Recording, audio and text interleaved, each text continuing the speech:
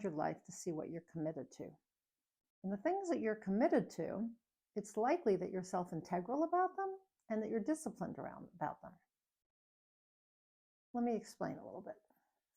So I was thinking about this today because I'm committed to my wellness, my health, right? To exercising on a regular basis, bringing down my weight a little bit and my cholesterol level and all of those kinds of things. And I'm committed to it, but I'm not always disciplined about it. And when I'm not disciplined about it, then I don't exercise, which means I don't keep my promise to myself, which means I'm not self-integral. So self-integrity, if you don't know, is when you have integrity with yourself, when you keep your promises to yourself, okay? Most of us keep promises to other people, but we don't always keep promises to ourselves.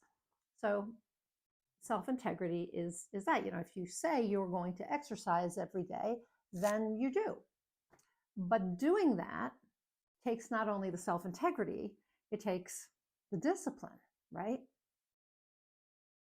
So to me, discipline leads to self-integrity and self-integrity leads to discipline, because if we keep our promises to ourselves, then we have to be self-integral, right? We have to be disciplined. And when we're self-integral and we're disciplined, then we can keep our commitments. We can really be committed when we say we're committed. So these three words go together, and it's a very fine interplay between them. But to me, when you say you're committed to something, if you look around at your life, you'll see what you're committed to. So if you're committed to watching TV every night, you're going to be pretty disciplined about that and self-integral, because it's going to be like, I promised myself that, I'm going to watch TV tonight. And you will. And you're going to be disciplined about it. You're going to say, I got to start watching TV at this time or whatever, right? But it has to be the same with all your commitments, all the things you say you're committed to. And so so to me, you need all three to achieve your goals. Okay? I have some notes because it's kind of a complicated topic. So you need all three to achieve your goals and dreams. Okay. So you say you're committed to writing a book, you then have to be disciplined, which means you're self-integral. Okay. So, or you're self-integral, you say, I always keep my promises to myself, therefore I will be disciplined. Which is probably the way it works more often than not, is that you make a commitment and then you're self-integral about it. And so you discipline yourself to do what's necessary to keep your commitment. But for some people, discipline feels like a harsh word. It's restrictive, right? And involves struggle and it just makes you feel closed in, right? And some of us think about discipline as having been disciplined by someone. Somebody spanked us or took away our privileges or grounded us. We were disciplined, right? And that's a negative connotation. And I want you to be thinking about a positive connotation to discipline, that it's a good thing. And in fact, what you want is for discipline to feel good, because when you're being disciplined and self-integral, when you're being disciplined, you're allowing yourself to be self-integral, to keep your promises to yourself. And that feels good because you're following through on your commitments, right? And so there's that feeling of accomplishment of, oh, I committed to X and I told myself I would do it and I carried through on that. And the way I did that was by being disciplined about my time or whatever. Now, discipline doesn't always feel spiritual. And you know me, I'm all about personal and spiritual growth, and we're spiritual beings having a human experience. And so how do we bring spirituality into this?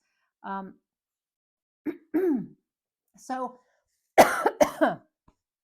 to me, the way you bring the spirituality into it and soften this idea of discipline is that you realize that what you commit to, if you're committing to things that you feel passionate about or interested in or called to, that's your intuition telling you to commit to that. And your intuition is your soul is speaking to you. So, if your soul is telling you to commit to something, right, then that's spiritual guidance.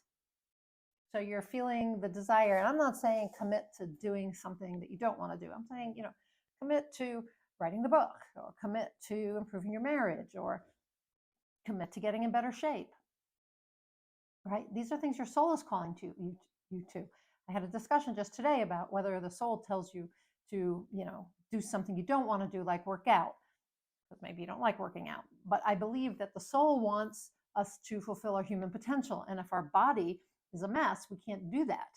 So we feed the soul even by feeding the body, right? So so anyway, you commit to something that you're excited about, feel called to, or passionate about, because that's the soul calling you to do that, telling you to do that. It's spiritual guidance. And it's the soul's pushing you actually to become your best self. It's pushing you to achieve your human potential, right? And that's part of this commitment and self integrity, is that we can't become who we're meant to be here as human beings if we don't develop some self integrity and commitment and discipline and all these things, right? Because then we're just going to stay doing what's comfortable, or we're not going to we're going to be underachievers, which means we won't achieve our human potential. And our soul came into this body to achieve its human potential, right? So to do that, you have to develop discipline and self-integrity for the things you commit to. Different discipline and self-integrity lead to achievement of your goals and creation of your dreams. So again, I really think that it's that we commit to something that we feel passionate about or called to, and then that will help us achieve our human potential, and then we decide to be self-integral about it and actually follow through on our promises. And so that's when we create the discipline and we create what we want, and we rise up towards our human potential because we're keeping those commitments. So it is spiritual to be disciplined. And the thing is that if you can be self-integral and disciplined and committed with joy, that's a spiritual act for sure. Do it with joy and appreciation for what you're doing and what you're achieving, what you're creating. That's going to feed your soul. So reframe discipline into something positive. And think of all the spiritual and religious traditions that have focused on discipline, right? Meditation is a discipline, right? We have to work at these things a little bit. We have to decide to give some other things up for the things that are most important. And so part of that is being self-integral and finding a way to be disciplined so that you can keep your commitment. So if you commit to meditation so you connect with God or connect with your higher self, then you're going to need to be self-integral about that promise to yourself that you're going to meditate every day. And that's going to require some discipline. So see, it's all tied together. It's all spiritual. So I'd love to hear what you think about this topic. I kind of grappled with this one all day before I decided to shoot this video, and I'll write a blog post to go with it. But I really do feel as if this is a way that the spiritual and the human go together, because the soul is calling us to commit to the things that are really important and help us achieve our potential as humans and as spiritual beings. And from there, we achieve our human potential. So I'm Nina Amir, the Inspiration to Creation Coach. I love to help people combine personal and spiritual growth so that they achieve transformation, and they do achieve, their step into being who they are meant to be here in this lifetime. So if that's of interest to you, click on the link above for the Inspired Creator Community, where I offer transformational coaching, my unique brand of personal and spiritual growth, which includes high performance coaching and trainings on some esoteric topics and all kinds of good things. So click on the link above, and I'll see you inside the Inspired Creator Community. Till I talk to you next time, go out there and achieve more inspired results.